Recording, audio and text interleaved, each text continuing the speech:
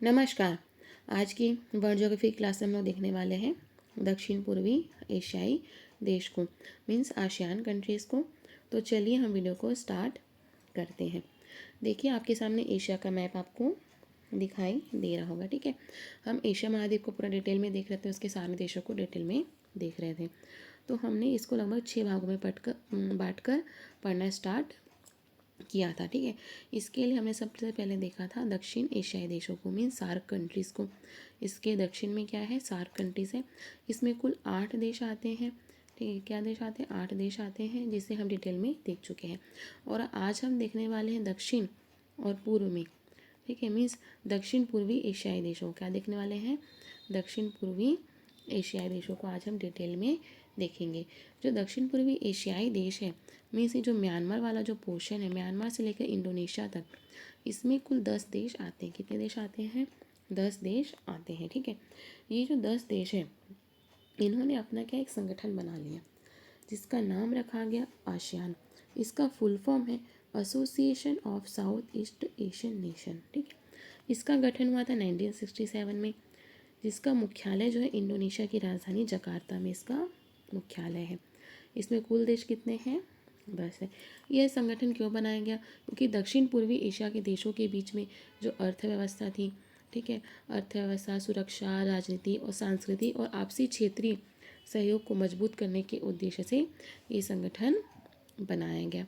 ठीक है, ताकि वहाँ पे उद्योगों को विस्तार किया जा सके, उद्योग का विस्तार किया जा सके एक दूसरे देश में। ठीक है, आपसी संबंध को मजबूत बनाया जा सके, व्यापार को और विस्तार दिया जा सके, तो इसलिए यह संगठन बनाया गया। ठीक है, एक तरह से एक दूसरे से पड़ोसी जो मिल के बनाते हैं ना संबंध, उसी तरह से जिस प्रकार से सार्क ने, जो सार्क कंट्रीज़ थी, इन्होंने जो अपना संगठन बनाया, ठीक है, इन लोग क्या थे, एक दूसरे के पड़ोसी देश है। पड़ोसी देश के सबसे पहले एक दूसरे की मदद करने आते हैं, उसी प्रकार ये एक दूसरे के ज़्यादा पड़ोसी हैं, तो एक दूसरे की मदद करने सबसे पहले आएंगे, इसलिए इन्होंने भी अपना एक संगठन बना लिया। बस यही है। ठीक है, तो अब देखते हैं इसमें कौन कौन से देश शामिल हैं। तो देखिए इसमें कुल 10 देश है। कौन कौन से देश है, वो आपका है म्यांमार। ठीक है, कौन सा देश है आपका, पहला म्यांमार है। म्यांमार से लगा हुआ है थाईलैंड। थाईलैंड से लगा हुआ आपका लाओस और कंबोडिया। लाओस और कंबोडिया को पूरा टच करता है आपका वियतनाम। क्या टच करता है, वियतनाम।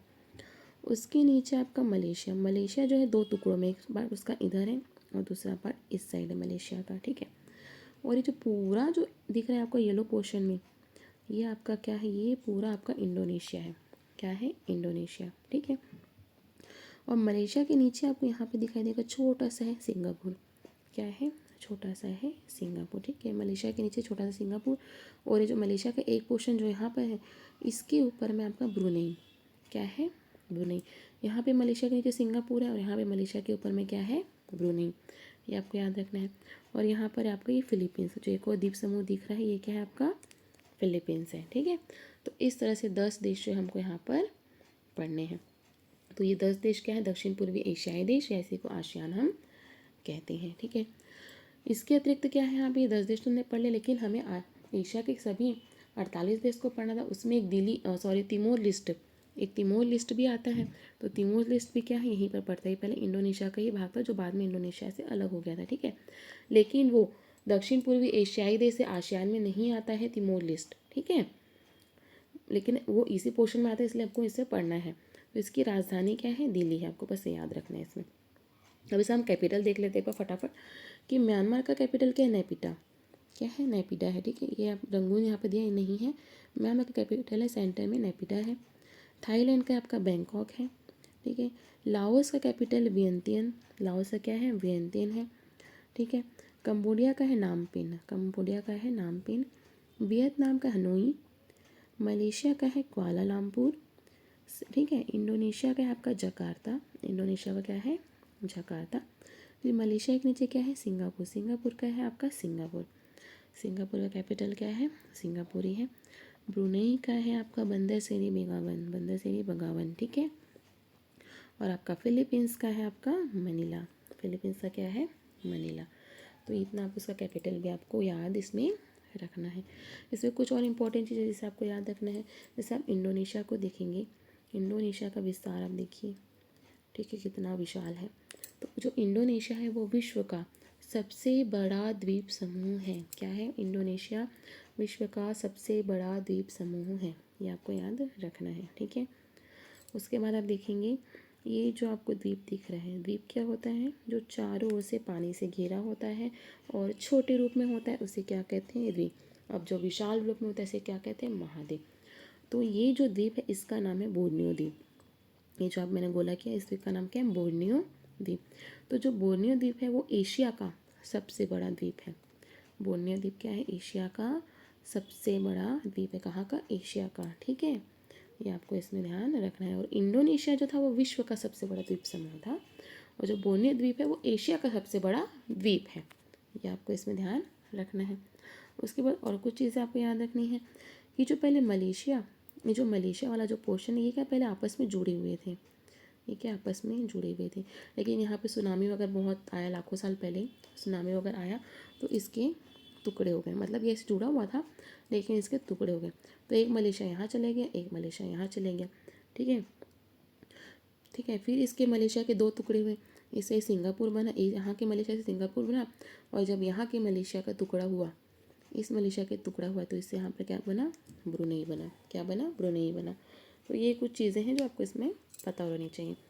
उसके अलावा एक और है कि जो इंडिया की खोज करने के लिए फ्रांस जब यहाँ पर आए, इंडिया की खोज करते करते क्या हो गया? फ्रांस जो है यहाँ पर पहुँच गए। तो उन्होंने यहाँ पे 3 देश की खोज की, लाओस, कंबोडिया, वियतनाम। ठीक है, जाके लाओस, कंबोडिया, वियतनाम। इंडिया की खोज करते करते वो यहाँ पर पहुँच गए। तो उन्होंने इसका नाम रख दिया फ्रेंच ईस्ट इंडिया। क्या रखा? French east India. ठीक है, मीन्स इंडिया की खोज करते फ्रांस यहाँ पर आ गए और उन्होंने इसका नाम रख दिया फ्रेंच ईस्ट इंडिया। ठीक है, इसमें 3 देश आते हैं। कौन कौन से आते हैं? लाओस, कंबोडिया और वियतनाम। तो आपको ये याद रखना है। देखिए इसमें कुल 10 देश हैं। मैं पूरे 10 जो देश है उसको डिटेल में पढ़ाऊँगी तो वीडियो बहुत लंबा हो जाएगा, इसलिए आज की क्लास में मैं सिर्फ 5 देश को डिटेल में पढ़ाने वाले। कौन कौन से देश हैं वो? आपका म्यांमार है, थाईलैंड, लाओस, कंबोडिया, वियतनाम। तो इन 5 देश को ही आज मैं डिटेल में पढ़ाने वाली हूँ। ठीक है, तो चलिए हम आगे बढ़ते हैं। देखिए इसको मैंने थोड़ा और जूम कर दिया है ताकि आपको और अच्छे से ये समझ में आए। तो हम म्यांमार को देखते हैं। देखिए म्यांमार को आप देखेंगे तो म्यांमार जो है इसको पहले हम बर्मा के नाम से जानते थे। इतिहास में देखेंगे तो क्या कहते हैं? इसे बर्मा के नाम से जानते थे। इसकी जो पहले राजधानी थी यांगून या रंगून, आप देख सकते हैं यहाँ पर भी राजधानी रंगून ही दिखाई दे रही है, ऐसे ही यांगून कहते हैं। लेकिन वर्तमान में इसकी राजधानी के सेंटर में ही नैपीडा। क्या है इसकी राजधानी? नैपीडा है। ठीक है, यहाँ पर जो है बर्मी भाषा बोली जाती है। कौन सी भाषा? बर्मी भाषा बोली जाती है। ठीक है, म्यांमार को जो है स्वर्ण पैगोडा का देश कहा जाता है। क्या कहा जाता है? स्वर्ण पैगोडा का देश कहा जाता है। मीन्स यहाँ के जो मंदिर वगैरह होते हैं या कोई भी जो धार्मिक स्थल होते हैं ना, उनका जो संरचना होती है वो कुछ इस तरह से होती है। ठीक है, मतलब इस टाइप की पद्धति में। हाँ, अपने इंडिया में भी इस तरह की जो पद्धति में आपको मंदिर मिलेंगे ना, तो उसी टाइप का आपको यहाँ पर भी मिलेंगे म्यांमार में। ठीक है, तो यहाँ पे जो मंदिर है धार्मिक स्थल की संरचना कुछ इस तरह से होती है, इसलिए इसे क्या कहते हैं? स्वर्ण पैगोडा। और वो सोने के बने हुए होते हैं, तो इसलिए इसे स्वर्ण पैगोडा का देश कहा जाता है। और जो म्यांमार है ना पूरे विश्व में सागौन की लकड़ी के लिए प्रसिद्ध है। क्या है? सागौन की लकड़ी के लिए प्रसिद्ध है। ठीक है, और यहाँ पर जो है मांडले, यहाँ पे नैपीडा था आपका, इसके ऊपर में मांडले है। तो मांडले का जो जेल है वहाँ पे ही बहादुर शाह जफर, लोकमान्य तिलक को कैद करके रखा गया था। ठीक है, यहाँ पे आपको 2 बंदरगाह याद रखने हैं। एक तो जो रंगून दिया है, रंगून भी एक बंदरगाह है। इसके अतिरिक्त यहाँ पे एक सितवे बंदरगाह है। क्या है? यहाँ पर एक सितवे, यहाँ पर एक सितवे बंदरगाह है। तो 2 बंदरगाह आपको इसमें याद रखने हैं। ठीक है, इसके अतिरिक्त याद रखना है कि म्यांमार में तो अधिकांश जनसंख्या बौद्ध धर्म का पालन करती है। कौन से धर्म का? बौद्ध धर्म का। लेकिन यहाँ पर एक रखाइन प्रांत है। ठीक है, क्या है? रखाइन प्रांत है जहाँ पे रोहिंग्या मुसलमान रहते हैं जो कि अल्पसंख्यक समुदाय के रूप में रहते हैं। ये जो है करंट से रिलेटेड है कि रोहिंग्या मुसलमान कहाँ रहते हैं? म्यांमार में रहते हैं, एक अल्पसंख्यक समुदाय के, वो मुस्लिम हैं वो। ठीक है, ये आपको याद रखना है।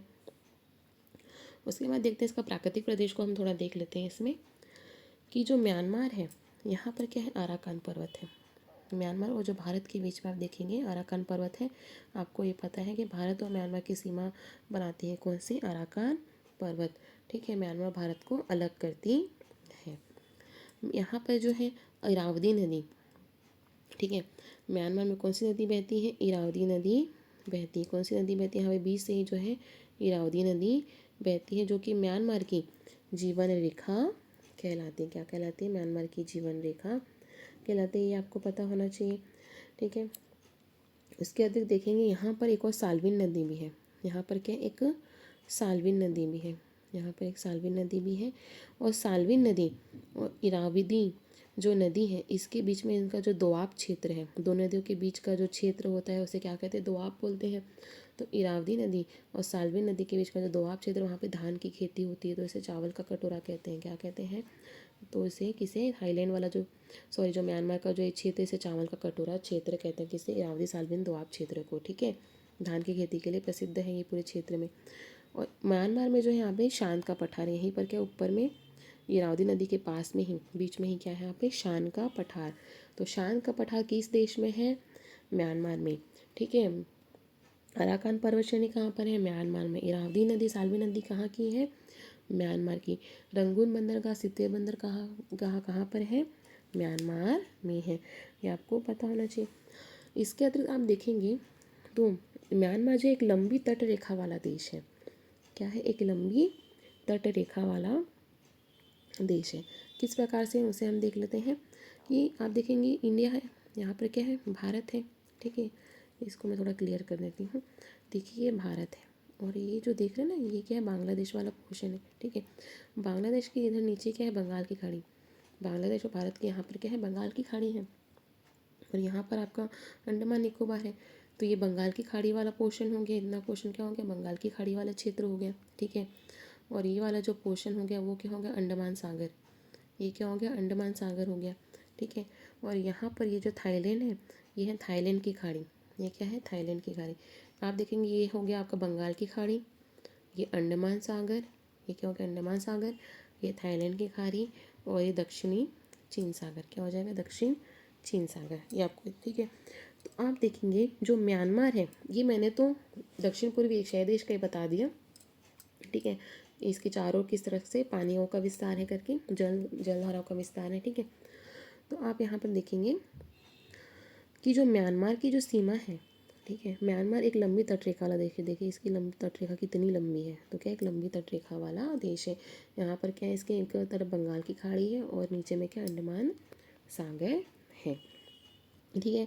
आया समझ में? तो म्यांमार में आपको इतना ही ध्यान रखना है, ठीक है। उसके बाद हम आगे देखते हैं आपका थाईलैंड। क्या देखते हैं? थाईलैंड। तो जो थाईलैंड है, इसकी राजधानी क्या है आपकी? बैंकॉक। क्या है? बैंकॉक है, ठीक है। और यहाँ पर थाईलैंड में एक फुकेट एक जगह है जो कि टूरिस्ट, यहाँ पर्यटन स्थल है। फुकेट क्या है? और टूरिस्ट स्पॉट है या पर्यटन स्थल है, ठीक है। फुकेट जो है आपका कुछ इस साइड पर आ जाएगा आपका फुकेट, जो एक टूरिस्ट स्पॉट है या पर्यटन स्थल है। लोग देखेंगे आप जनरली थाईलैंड में कहाँ जाते हैं घूमने के लिए? फुकेट ही जाते हैं। तो बैंकॉक जाते हैं घूमने के लिए, और दूसरा आपका फुकेट ही जाते हैं, ठीक है। जो थाईलैंड है, इसका जो करेंसी वो है बहत। इसकी करेंसी क्या है? थाईलैंड की बहत है, ठीक है। इस थाईलैंड को जो है सफ़ेद हाथियों का देश कहा जाता है। क्या कहा जाता है? सफ़ेद हाथियों का देश कहा जाता है थाईलैंड को। और यहाँ पे जो इलेक्ट्रॉनिक्स का उत्पादन ज़्यादा होता है, बहुत ही सस्ते इलेक्ट्रॉनिक्स के सामान यहाँ पर जो है बहुत ही सस्ते मिलते हैं। बस थाईलैंड में आपको इतना ही याद रखना है, ठीक है। उसके बाद हमने इसका देखा, जो इसकी करेंसी हमने क्या देखी? बहुत थी।